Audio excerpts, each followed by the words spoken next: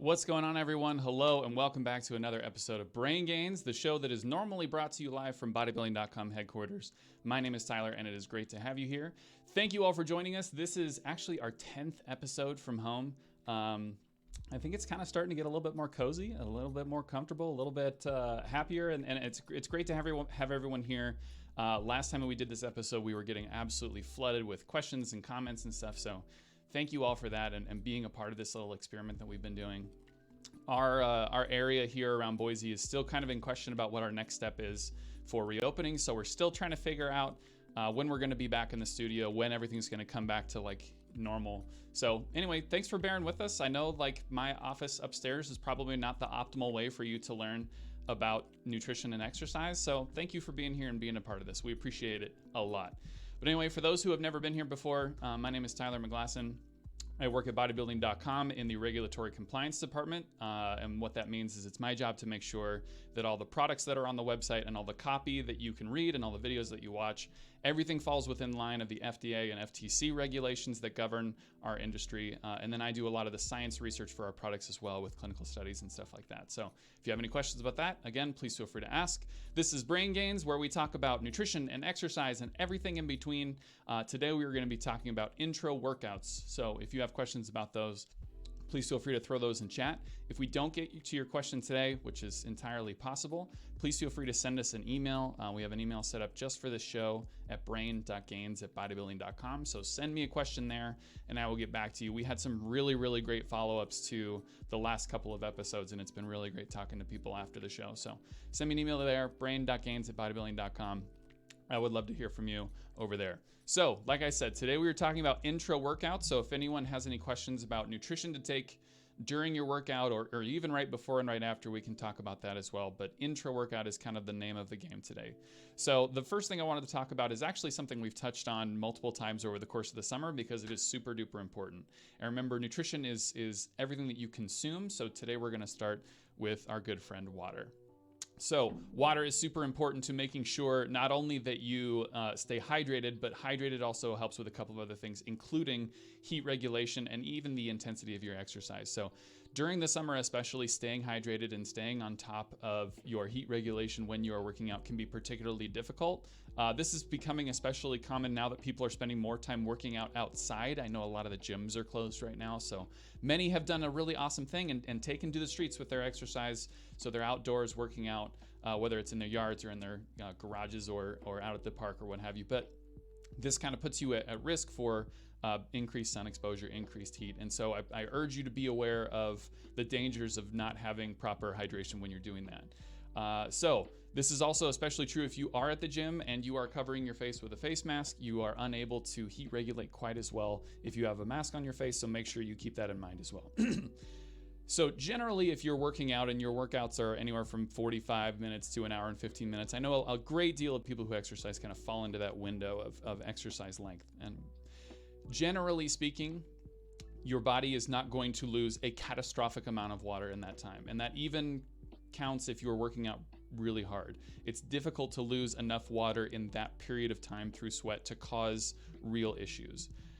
The way that we see people end up dehydrated is when you don't properly hydrate through exercise that takes place multiple days in a row. And we're going to touch on multi-day exercise a couple times here today as well. So one way that you can track whether you are maintaining your hydration or not is by weighing yourself every day. And I know people like to weigh themselves every day just to kind of track their diet anyway, but when I say weigh yourself, I mean weigh yourself before you exercise and weigh yourself after you exercise, because you're not going to lose any weight by fat loss during your workout.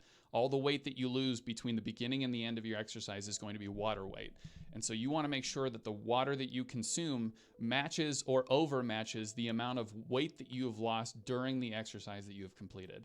So if you weigh yourself and then you exercise for an hour and you worked out really hard and you got really sweaty and you did really well, and you come back and you weigh yourself and you're a half a pound lighter than you were before, then you want to make sure that you are drinking a half a pound of water to compensate. Now, I know a gallon of water is about 8 pounds, so a quart of water is 2 pounds, so half a quart of water is a pound, and those are really rough estimates. So Anyway, just make sure you're on top of that and replenish fluids that you lose from a workout, because over time, if you work out, say you work out 5 days in a row, and every one of those 5 days, you're not quite getting back to full hydration, by the end of those 5 days, you're going to be way behind where you should be in terms of total body water. So make sure you're on top of that.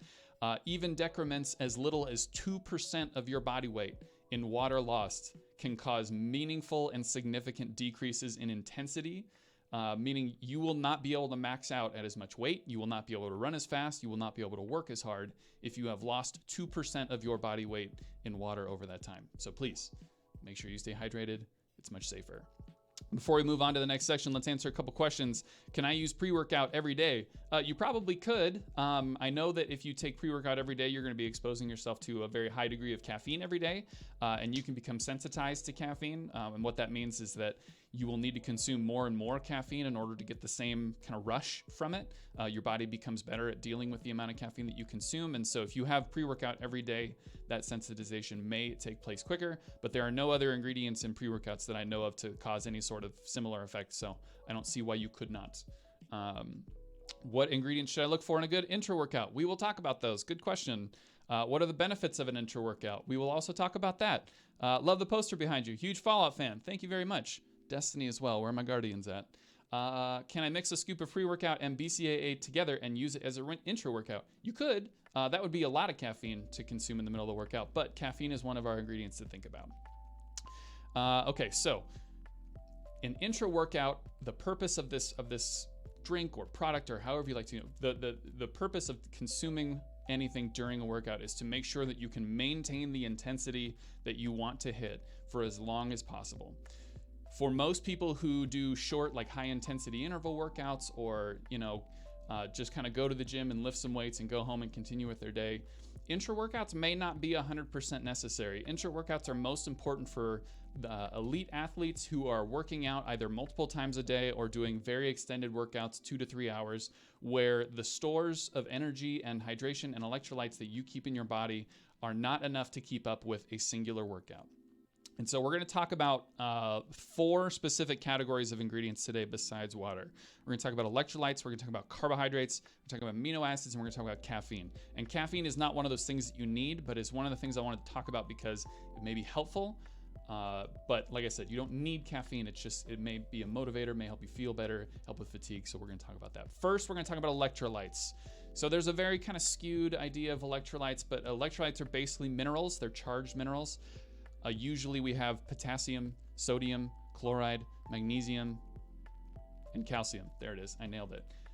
Those electrolytes are used within your body to help send signals through your neurons. The movement of potassium and sodium specifically are what allow for neuron transmission.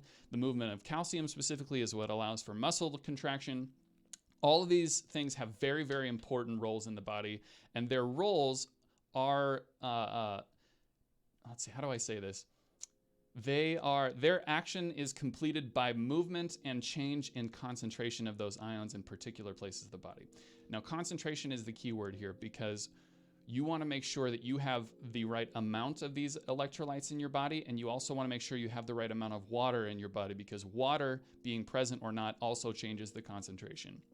So when you sweat and you lose a bunch of water, but you're also losing electrolytes, you want to make sure that you are replenishing that water and electrolytes in an equivalent amount. So if you're sweating, but then you only drink water in return, you have decreased the concentration of those electrolytes in your body without replacing them, and thus you may be putting yourself at risk for different issues that come with not having enough electrolytes. Another thing that happens is you may be, I'm sorry, let's see. I'm going with my notes here. You want to try and consume enough water with electrolytes for 2 reasons. Number 1, you want to replenish those salts. And number 2 is a thing called hyperkalemia.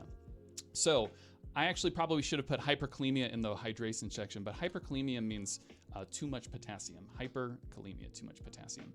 When you don't drink enough water, when you don't drink enough water, the concentration of potassium actually goes up because there's not as much potassium in your sweat as there is sodium and magnesium. And if you don't drink enough water, the concentration of potassium relative to the other electrolytes can actually increase, and having too much potassium in your blood relative to those other electrolytes can cause issues as well. So what is the answer? The answer is making sure that you are consuming drinks that have a little bit of sodium in them, have a little bit of potassium, have a little bit of magnesium. I know a lot of people say that they like to drink Gatorade because of the great electrolytes, but Gatorade is actually stocked with a ton of sugar in it as well. So you can at home make a product or look for products on our website. We'll talk about some that have really great amounts of electrolytes in them as well. But just make sure you're consuming products that have these ingredients in them so that when you're consuming water, you're consuming it with the electrolytes that you are losing as a part of your sweat so that you can continue to function as normal. Okay. Do amino acids help with the immune system? I'm not going to say they hurt the immune system, but we talk about glutamine fairly often when it comes to the immune system because glutamine is used as an energy source for a lot of immune cells like WBCs and such. So I'm going to say it does make a difference because it's used as an energy source, but I'm also not going to say that consuming an amino acid is going to protect you from being sick. It's just a factor in there that you want to make sure is a part of. We have a couple creatine questions we can get to a little bit later, but before that, let's move on to carbohydrates. So carbohydrates is one of the real sticking points for some about an intra-workout. So carbs are used for energy. We know that. We've known it since middle school that carbohydrates like glucose are taken into the mitochondria and turned into ATP, and that ATP is used for energy. When your body starts exercising and it wants to start creating energy from the stores that you have, usually that energy is made from stores of carbohydrates in your muscle, and those stores are in the form of a molecule called glycogen. Now, glycogen is a very branched, I don't want to call it a starch, but it's like glucose pieces patched together into a very big lattice called glycogen. And that glycogen can be broken down into glucose, and that glucose can be used for energy. And that's how your body likes to make energy most easily. It can do it pretty quickly. Not as quickly as like phosphocreatine. We were talking about creatine there. Creatine is the first energy source, but carbs are where most of the energy, especially for workouts that last anywhere from 30 to 45 to an hour, most of the energy comes from carbs. And so what happens then when you run out of glycogen? So there is a point where you can run out of glycogen, where you can use all the glycogen stores within your body, and then you don't have any more carbohydrates to start creating energy from.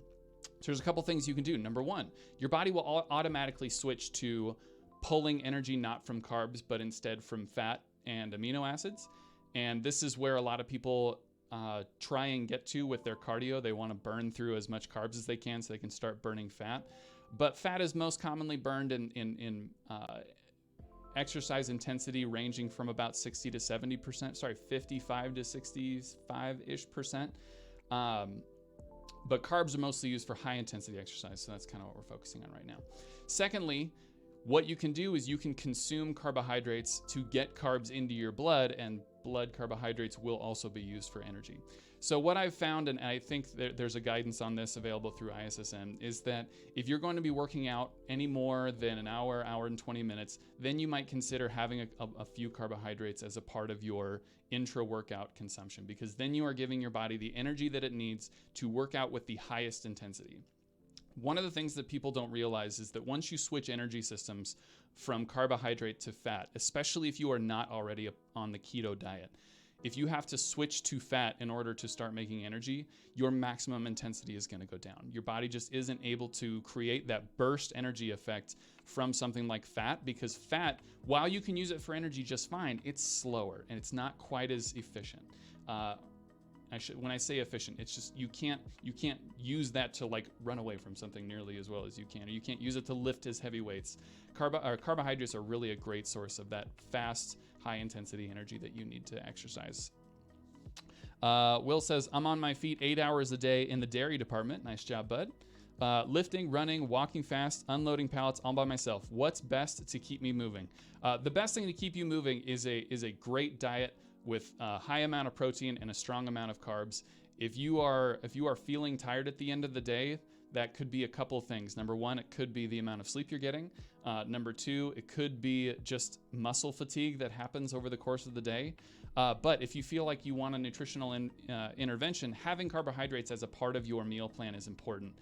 We didn't talk about it too much today, but We have talked about it in the past of introducing complex carbohydrates into your body. So these are things that you can eat that are not sugars, that are not processed starches. These are things like multi-grain products, brown rice, complex carbohydrates that can be used as a carbohydrate source of energy, but don't flood your system with glucose and then go away very quickly. So these are slow digesting carbohydrates that you can use as energy throughout the day, like wheat toast in the morning and wheat buns or brown rice with lunch throughout the day, and your body can use that carbohydrate over the course of many hours for energy.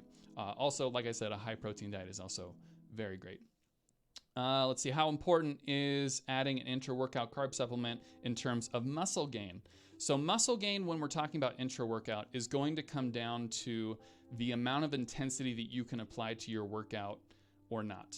So we've talked about this in the past a lot. The best way to build muscle is to make sure that you are eating accordingly, having a high protein diet with a calorie surplus, and then also working out really hard in the gym with high intensity strength training that will lead to increases in strength, and then you can adjust the training a little bit for increases in hypertrophy as well. So those adaptations come most effectively when your workouts are higher intensity. The best adaptations from exercise happen as a function of intensity rather than frequency or volume. Those three metrics, frequency, volume, and intensity, intensity is the number one thing. And so the more that you can up the intensity of your exercise, the better. And so that's why we want to make sure that if you have some decrement in your nutrition that can be filled by an intra-workout, that may help increase the intensity at the back end of your exercise so you can carry that intensity throughout the whole thing and have the best adaptations as a part of it. So that's why we talk about it. Okay, next is amino acids. So we see these all the time. We've got a lot of products that use amino acids as a part of their intra-workout plan. A lot of our intra-workout, if not all of our intra-workout products, include either just the branched chain amino acids, so leucine, isoleucine, and valine. Sorry, I had a little brain fart there. Or all 9 of the essential amino acids. Don't ask me to list those. I don't have them all in front of me. But amino acids in general for intra-workouts. We get this question all the time. Is it necessary? Do you need it? And does it help? So if you are working out for kind of a quick, short workout and you're kind of going to go in and out, you probably don't need a bunch of amino acids, just like you probably don't need a bunch of carbs. But if you're going to be putting yourself into a state where your body's going to be begging for more energy, you want to make sure that it is getting its energy from the right place. Now, we talked about this for a second with carbohydrates, providing those carbohydrates so that your muscles can pull energy from the carbohydrates in your blood rather than swapping over to getting energy from amino acids. Now, when your body switches over to pulling energy from amino acids and you have consumed nothing else, there's only one place for those amino acids to come from. That's from your muscles. So there is a way for your body to start breaking itself down to gain energy so that it can complete all these tasks that you're asking it to do. So in order to stop that from happening, we want to introduce amino acids to the blood through consumption. We want to drink amino acids so that if your body decides I'm going to use amino acids for energy today, that it's going to pull those from the blood because you've consumed them as a part of a supplement and not from your muscles. So when you're consuming amino acids in your intra-workout, you're not consuming them to build your muscle. You are consuming them to not break down your muscle. Does that make sense? I hope that I'm kind of flippity-flopping it on you. You're consuming them to not go catabolic. You are not consuming them to go anabolic. So that's why we want to make sure that they're there just in case. However, there is also people who are consuming the essential amino acids. We could also talk a lot about the importance of essential amino acids as a part of a total protein intake throughout the day.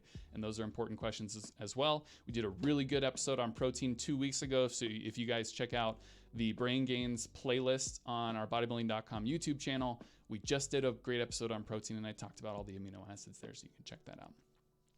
What would you recommend to young athletes that want to build muscle mass and strong tendons? What food, supplements, and exercises should they do? Degal, that is a big, long question.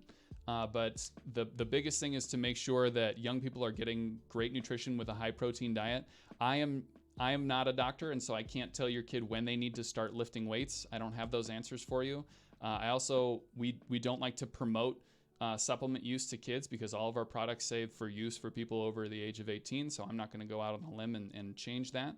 But if you want a good place to start, then a good exercise program and strong nutrition with a high protein diet is a really good place to start, and just keeping them active.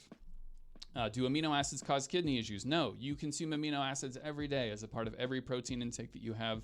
They're all the same. It's the same 20 amino acids that make up pea protein and whey protein and the essential amino acids as a part of your EAA product and everything in between. If you have ever had a protein, anything, it was made of the same 20 things, and your kidneys don't know the difference.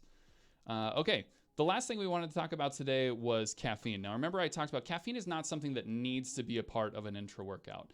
I'm only talking about it here because I think for some, caffeine may be helpful if you are going to be working out for a long period of time. So caffeine is a stimulant, and it helps remove the feeling of fatigue, and it does that by being, an adenosine receptor antagonist.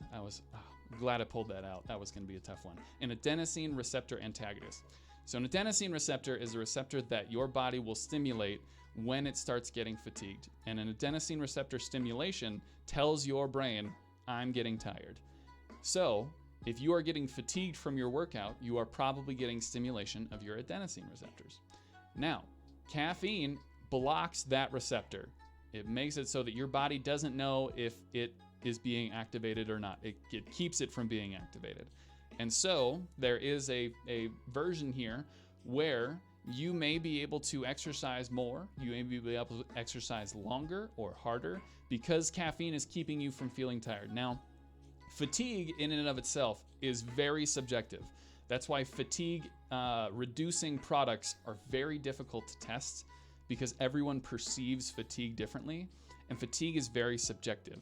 We know fatigue can be measured by certain amounts of chemicals in the blood, but honestly, people are difficult because they can decide to go further into their fatigue than others. You know, force of will is not something that you can really measure in the lab. And so if you feel like you are in a position where you would be able to work out more and you just simply can't, like you want to, but you're just so tired, then caffeine may be an answer for you. Now, a lot of people are going to be getting their caffeine as a part of their pre-workout. We see pre-workouts ranging anywhere from 100 to 300 milligrams of caffeine. 300 is quite a bit. And caffeine doesn't have a super short half-life. So if you are consuming 300 milligrams of caffeine a half hour before you go work out, you're going to be feeling the effects of that caffeine for at minimum like 4 hours after that consumption. And so having caffeine, an hour later in the middle of your workout is probably not going to make a huge difference in how you feel because you're still going to be riding the wave of that first caffeine consumption. But if you're like, let's see, where was he?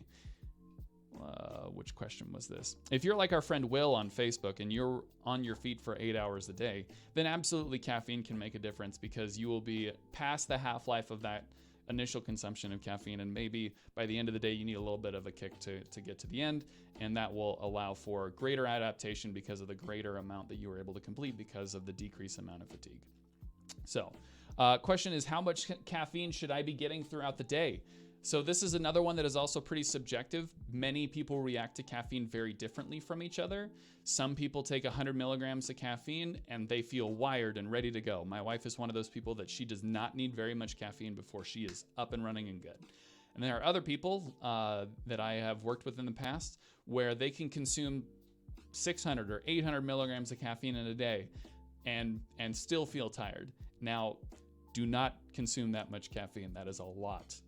We generally, in the compliance department at Bodybuilding.com, generally don't like to recommend any more than 400 milligrams of caffeine a day.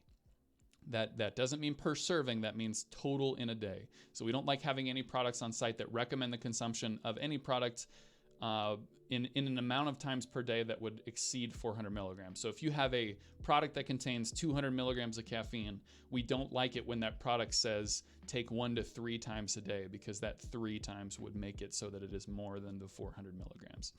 So the best answer for this is to start small and to feel out how you feel as a function of that caffeine consumption.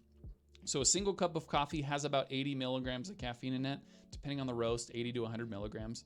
And you can just start with that and see how a single cup of coffee makes you feel. And then from there, if you feel like, oh man, I'm really feeling sluggish, still, then maybe you can have another one and kind of gauge how you feel after that. There are also a lot of caffeine supplement products on our website, and they'll tell you a 1 scoop of this product has 200 milligrams. And a lot of those higher caffeine products, they have a warning on the side that says, start with half of a scoop, see how it feels, see how you react to it over the course of the day. And then if you feel good, then go up to a full scoop from there. And that's a good way to kind of just ease yourself into it. And we recommend you ease yourself into it over the course of a week or so, or 2 weeks. And there's really no rush on it. Caffeine's not going anywhere. It's everywhere. Thomas on Facebook says, if you become sensitive to caffeine, what's a good alternative? So caffeine's one of the very few stimulants that we feel super comfortable with. We see a lot of products that contain yohimbe, but I'm hesitant personally to recommend yohimbe because yohimbe gives me the tummy rumbles, and not everyone experiences that, but there is a portion of the population that does experience that with yohimbe. Yohimbe also works a little bit differently. It's actually an alpha-2 antagonist, which is an adrenergic receptor that is in your blood vessels. Basically, it blocks the negative feedback loop of norepinephrine, and so it keeps you stimulated that way. Yohimbe is generally associated more with like cold fingers and like cold sweats and stuff, so it's a little bit more of a hardcore stimulant.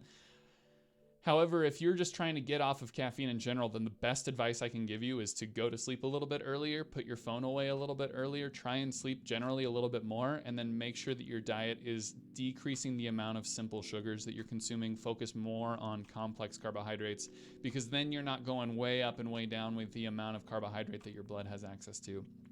And when you're at a really high amount of glucose and then you fall off, that's called the sugar crash. I'm sure you've heard of that. And a lot of people mistake the sugar crash for being actually tired. And so they drink more caffeine. And so you want to make sure you can avoid that. So having a more consistent blood sugar level thanks to complex carbohydrates may help with that alongside some really good sleep. Does caffeine help reduce muscle soreness? I don't know of any study that shows that caffeine has a positive effect on delayed onset muscle soreness, so I can't say definitively if it does. Delayed onset muscle soreness we most likely associate with ingredients like tart cherry, ingredients like L-carnitine, and then activities like active recovery, stretching, dynamic stretching dynamic stretching before your workout, static stretching after your workout is over. And then if you really feel sore, you can use ice and a warm bath. Does caffeine stunt growth? Not that I know of. I don't know of any clinical data that shows that. But if you're a young child in the middle of your growth period, I probably wouldn't recommend a ton of sugar and caffeine anyway. You have enough energy as it is. Is caffeine good for endurance athletes? It can be, yeah. So we talked about a little bit earlier that caffeine can lead to a decrease in perception of fatigue.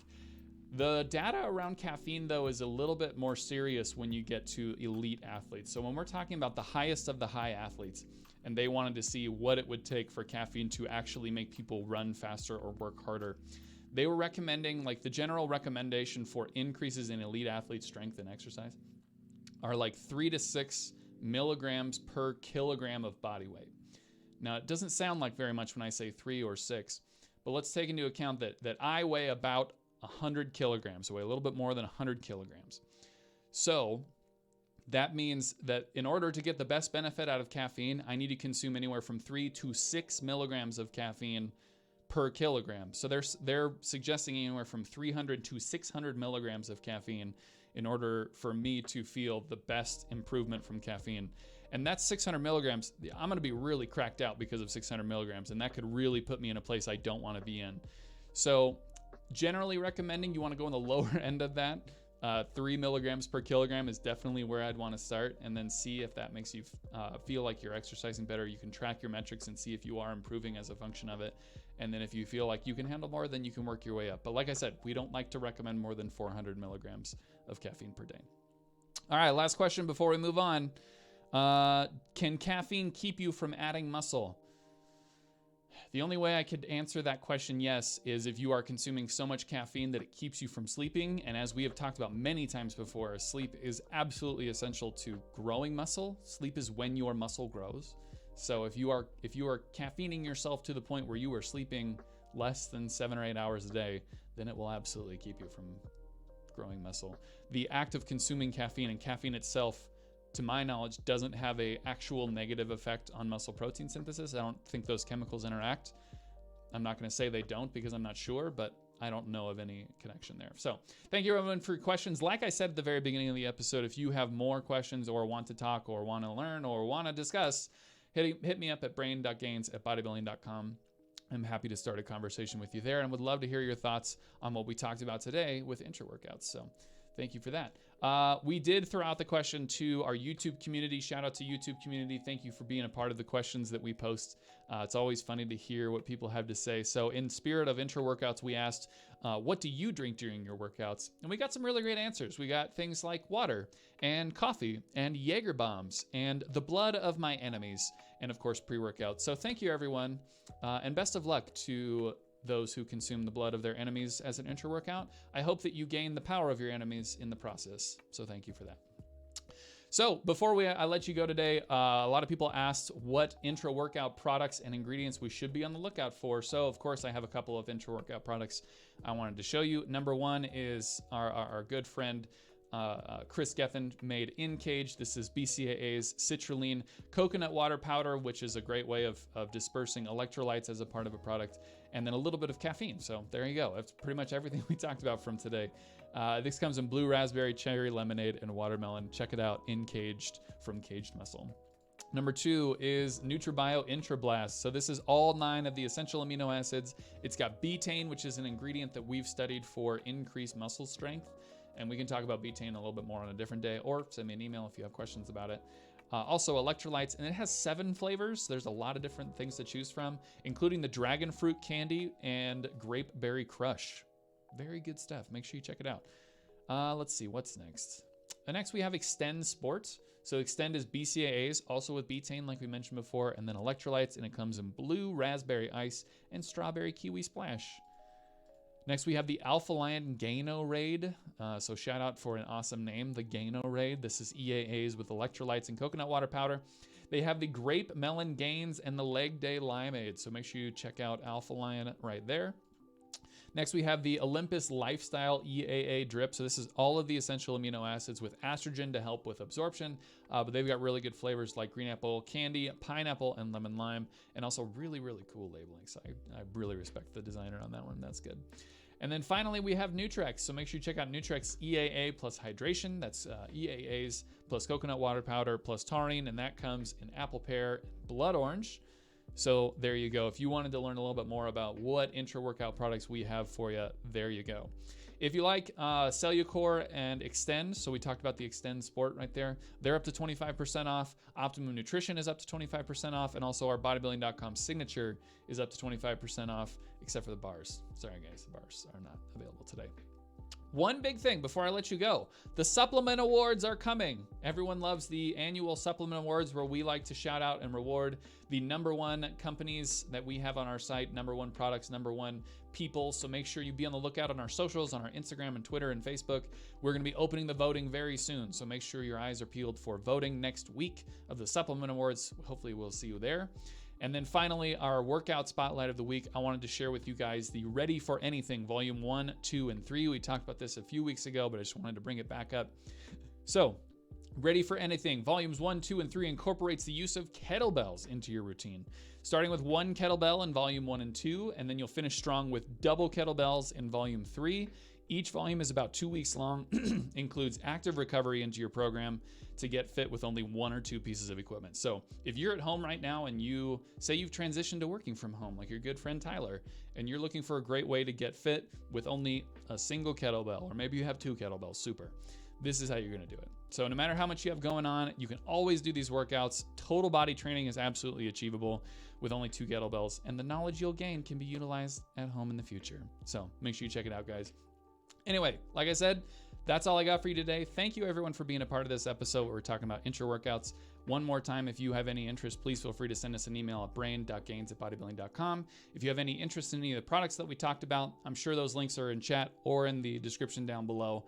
But yeah, anyway, thank you everyone. I hope you have a wonderful day, and hopefully we will see you soon on our next episode of brain.gains@bodybuilding.com. That's not the episode. The episode is called Brain Gains. Thank you very much for joining us today, and until next time, keep on lifting. We'll see you. Whatever you've got, bring it out. I want the best of everything. If you want it, you're going to be successful. So when she gets to the top, the dumbbells are horizontal again. Those are perfect. This is where you leave the excuses and you make some real change. You're gonna get in, you're gonna get out, and you're gonna get the best workouts of your life. 3, 2, 1. Here we go. Together we're stronger. Trust me.